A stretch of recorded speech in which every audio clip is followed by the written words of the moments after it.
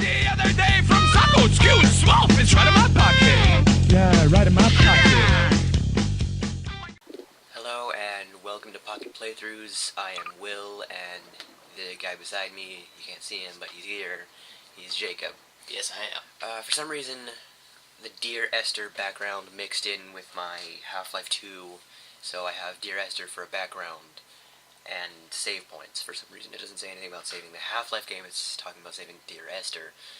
I'm not sure why, I'll have to fix that, I don't know how. Oh, by the way, this is Half-Life 2. It just, for some reason, the apostrophe has replaced the 2. Yeah.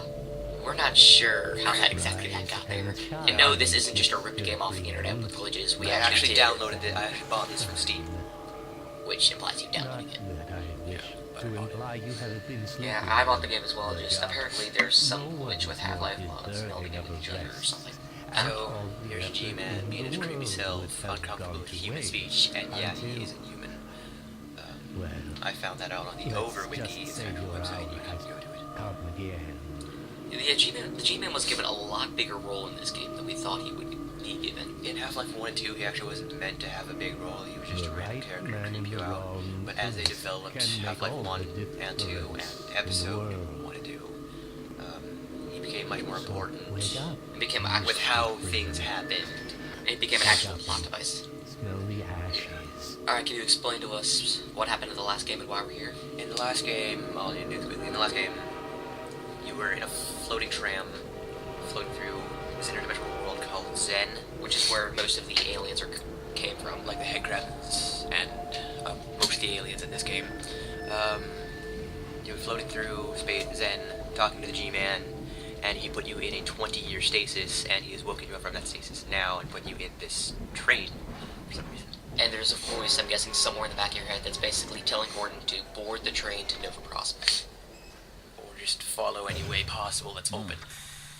Normally I go up to these guys here and press E to talk to them, but I don't really feel like doing that right now. I'll be a gentleman and let them through first. Alright, now the man up there on the big screen, I believe, is Brain, and in the first game he was considered basically your boss in Black Mesa.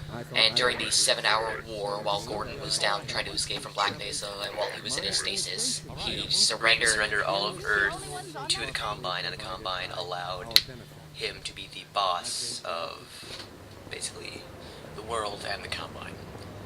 Or I do like to walk up to people and talk to them. Don't drink the water. They put something in it to make you feel I think most of these people are crazy. I don't remember how I got here. I remember how I got here. You're an idiot. You're crazy. That's the super crazy guy. Yeah, talking to himself. I see they took your suitcase too. No, they didn't. They can't get away with this much longer. When would Gordon ever have a suitcase? Seriously, that's G-Man's little thing there. Welcome to there are two people by the fence that just walked by. I don't really feel like making them talk right now. Oh, the Combine, they were never really described. Well, they weren't described at all in the first game, but it's apparent that in this game, since they're right here gesturing to me, that they have taken over the world. Yeah, people took that to a really big surprise with the Combine preferred in this game, because a lot of people just playing the first 10 minutes of the game had a lot of questions. Whoa, what's going on? Where am I? All that kind of stuff.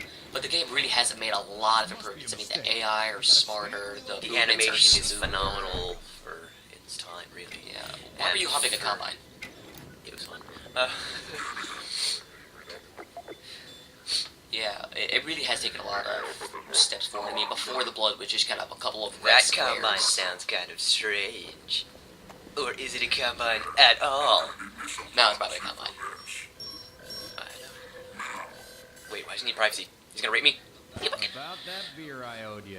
Have a bucket. It's me, Gordon. Barney. How many guards in Half-Life 1 actually promised you a beer? I don't know. I think it's like 50. Yeah. I've been working undercover with civil protection. There's actually a video you can watch on YouTube that shows how many guards offer you a beer. So Barney is very good at being multiple places at once. Oh, and up here soon after we finish. This is Dr. Kleiner right here. He was the scientist in the first game where when you were trying to get out one of the main silo doors, he asked here's you the to help first him. in-game glitch you and me we both. accidentally Who's about to board the discovered. express to I Nova forgot to share him. He Prospect? actually stands on it. And I what's thought he amazing just about shot the away. AI is that they really do have a function to be able to stare exactly wherever you are standing. Like he'll actually look down off the chair Yeah, back and and he forth. will look you in As the long camera. as he stays away from checkpoints, Camera. we should Yeah. be okay. Listen, I Yeah, if gotta any of go, you Doc. really We're want to, taking you enough have Half-Life chances as 2, it is. go into console and try typing in third person, and you'll kind of see what Gordon looks like. It's more of Okay, just a Gordon. gray amorphous functional blob blob with with arms animated and a gun. hands. Man, that's what I But at this See, point he in the kicks the game, bucket away, but he steps Before on you the blow chair. my cover. yeah, if you look at third person at this point in the game, you'll just see a gray blob drifting around. Yeah. Why are you staring at Barney? There's no He's trying time to to piss waste off. here, Gordon. Get a move on. I'm taking my bucket. I carry the bucket around a lot this part. Pile up some Oh, stuff by and the get way, through that for window. some people who Keep don't going know, till we've we're in played the through all these games before. We know Meet how up to with get you later. through. We've played through multiple times. It's just been kind of a while since we've really played any of them. So we either get ahead of ourselves or think we're at a different part, that kind of stuff. I'm sure some of you have had the same problem. There were a few things I wanted to say before I got drawn on to something else, or he interrupted me. I throw the bucket here because there's a loading here, and I'm not sure. Sometimes it glitches and you don't actually get to keep items through the loadings. Anyway, I get interrupted sometimes like that, and forget what I was saying. So there's a few things I might have left unanswered. Oh, this is funny. Jacob yelled at me for this one. I don't understand why I couldn't have just put the soda can in the trash can. It could have gone. He wanted me to comply, but I wanted to hit him more. Would have been really You funny can't if this catch me, game. man. Would have been really You're funny if faster this than game me, but you can't catch me.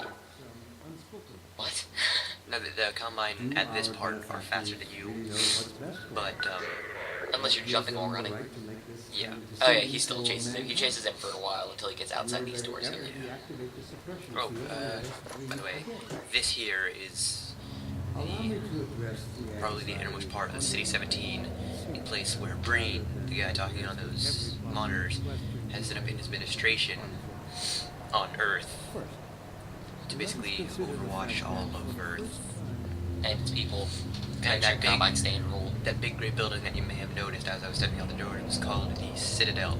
That's basically your objective throughout this part of the game. Oh, I can't throw We'll out get the more. ladder. We'll Throw get over more the into the fence. Citadel later when it becomes more important.